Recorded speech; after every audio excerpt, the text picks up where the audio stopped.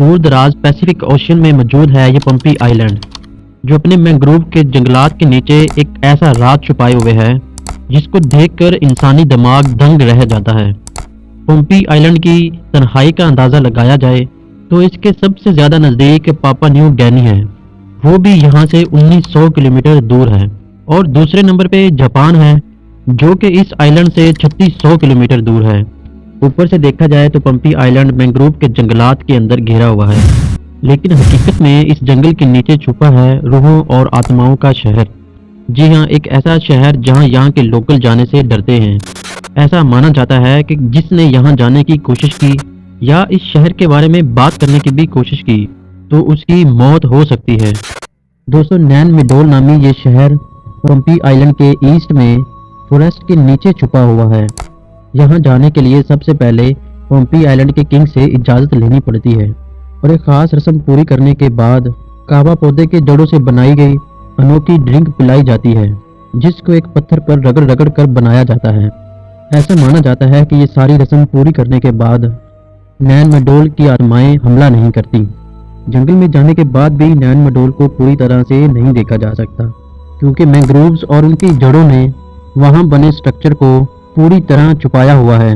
گھنے جنگل میں چھپا ہوا یہ ہے اس کا سب سے بڑا سٹرکچر، جس کو آج سے 800 سال پہلے پتھروں کے بڑے بڑے پلر سے بنایا گیا تھا۔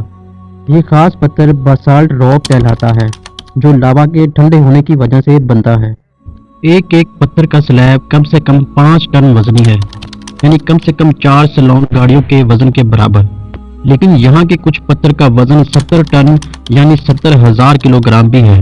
اتنا وزنی پتھر آج کی ٹیکنالوجی میں بھی اٹھانا مشکل ہو سکتا ہے، تو سوچیں یہ کام آج سے 800 سال پہلے پیسیفک اوشن کی ویرانیوں میں کیسے کیا گیا ہوگا۔ اس پہیلی کی دلچسپی گیزا کے پیرامڈز اور ایسٹر آئلینڈ میں بنے پتھروں کے سٹرکچر سے کم نہیں ہے۔ حیرت کی بات یہ ہے کہ ارد گرد کا سارا علاقہ کورل ریف اور جنگلات سے ڈھکا ہوا ہے، اور اس سے زیادہ حیرت کی بات یہ ہے یہاں یہ پتھر موجود ہی نہیں ہے جس سے اس آئلینڈ کو بنایا گیا تھا۔ تو سوچنے کی بات یہ ہے کہ یہ پتھر آخر لائے کہاں سے گئے، اور سب سے بڑی بات کہ اتنے وزنی پتھروں کو اٹھایا کیسے ہوگا۔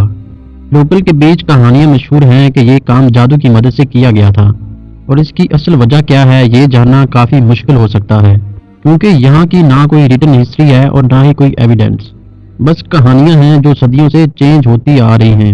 اس ایریا کی اچھی طرح سے اسٹڈی کرنے کے لیے یہاں کے مینگروو کے جنگلات کو کاٹنا بہت ضروری ہے، اور کیونکہ یہ کام فزیکلی پاسبل نہیں ہے اس لیے جدید ٹیکنالوجی کا یوز کرنے کا فیصلہ کیا گیا۔ لیڈار سکیننگ ڈیوائس کو ڈرون میں انسٹال کر کے اس پورے ایریا کی سکیننگ سٹارٹ کی گئی۔ لیڈار کی ویوز درختوں میں سے تو گزر سکتی ہیں، لیکن پتھروں میں سے نہ گزرنے کی وجہ سے پتھروں سے ٹکرا کر لیڈار ڈیوائس میں واپس ریسیو ہو جاتی ہیں۔ اس سکیننگ کی مدد سے پورے ایریا کا اب 3D اسٹرکچر بنایا جا سکتا ہے۔ اس پوری سکیننگ نے اس علاقے کے اندر چھپے ہوئے بہت سے رازوں کو لوگوں کے سامنے لا کھڑا کیا، جو کہ بہت ہی زیادہ حیران کن تھے۔ یہاں درختوں کے نیچے چھپے تقریباً 90 سے زیادہ اسٹرکچر سامنے آ گئے، جس کے اندر ریزیڈینشل پلیس، ٹیمپلز اور ریچول پلیسز بھی تھی۔ ایک چھپے ہوئے ریچول اسٹرکچر کا جب جائزہ لیا گیا تو اس میں 800 سال پرانا سکاؤ پاؤنڈنگ سٹون ابھی بھی موجود تھا، وہی پتھر جس پر کاوا کی جڑوں کو رگڑ رگڑ کر سکاؤ نامی یہ ڈرنک آج بھی بنائی جاتی ہے۔ مزید انویسٹیگیشن کی گئی تو معلوم پڑا کہ اس میں ہر ایک سٹرکچر ایک الگ سے مین میڈ آئلینڈ بنایا گیا ہے، اور اس کے ارد گرد آرٹیفیشل پروٹیکٹیو وال بھی بنائی گئی تھی تاکہ سمندری لہروں سے بچا جا سکے۔ کیا یہ کوئی سپر ہیروز تھے، یا واقعی یہ کام آتماؤں اور روحوں کا تھا، یا پھر کسی جادو کی مدد سے کیا گیا تھا؟ بے شک سٹرکچر چھوٹے ہی صحیح، اگر مین میڈ آئلینڈ وہ بھی اس دور میں بنانا واقعی کسی چمتکار سے کم نہیں ہے۔ ایک طرف آج کی اتنی ایڈوانس ٹیکنالوجی کے باوجود بھی دبئی کے ورلڈ آئلینڈ سمندر کی نظر دوبارہ ہو رہے ہیں، اور دوسری طرف نین میڈول میں بسنے والے 800 سال پہلے مین میڈ آئلینڈ کا پورا شہر بنائے بیٹھے تھے۔ آپ کو یہ بات جان کر حیرت ہوگی کہ نین میڈول کے تمام سٹرکچر میں لگے بسالٹ راک کا وزن 7 لاکھ ٹن سے بھی زیادہ بنتا ہے۔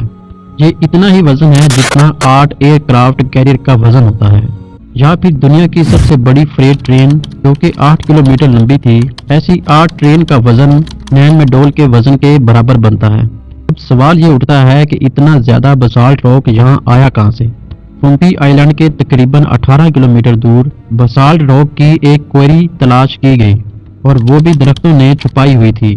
150-200 فٹ اونچی کوئری پر چڑھ کر دیکھا گیا تو وہاں حیرت انگیز طور پر ابھی تک بسالٹ راک کے سلیب موجود تھے، جو شاید کسی وجہ سے یہیں پڑے رہ گئے۔ اس پر دھوئیں اور راکھ کے نشانات پائے گئے، جس سے یہ ظاہر ہوتا ہے کہ ان پر آگ لگا کر ان پر پانی ڈالا جاتا تھا، جس سے بسالٹ راک کوئری سے الگ ہو جاتے تھے۔ پیسیفک اوشین میں موجود 800 سال پرانے مین میڈ آئیلینڈ کی پہیلی کا کچھ حصہ تو سالو ہو چکا ہے۔ اب باری تھی یہ جاننے کی کہ ان پتھروں کو کوئری سے 18 کلومیٹر دور نین میڈول تک کیسے پہنچایا جاتا تھا۔ جس طرح سے آپ نے پہلے جانا کہ ایک ایک پتھر 5 سے 70 ٹن تک وزنی ہے، اتنا زیادہ وزن پومپی آئیلینڈ کے بیچ میں سے لے جانا ممکن نہیں ہے، کیونکہ سٹون کوئری اور نین میڈول کے درمیان کا راستہ پہاڑوں نے گھیرا ہوا ہے۔ اس کا صرف ایک ہی طریقہ ہو سکتا ہے کہ پتھروں کو یہاں سے اوشین تک پہنچایا جاتا تھا اور پھر آئیلینڈ سے کسی پورٹ میں رکھ کر دوسری سائڈ تک پہنچایا جاتا تھا۔ اس تھیوری کو ثابت کرنے کے لیے نین میڈول کے ساتھ سی فلور کو سونار سکیننگ سے سرچ کیا گیا تو وہاں 300 فٹ کی گہرائی میں ایسے آبجیکٹ آبزرو کیے گئے جو کسی بھی طرح سے سی فلور کا حصہ بالکل نہیں لگ رہے تھے۔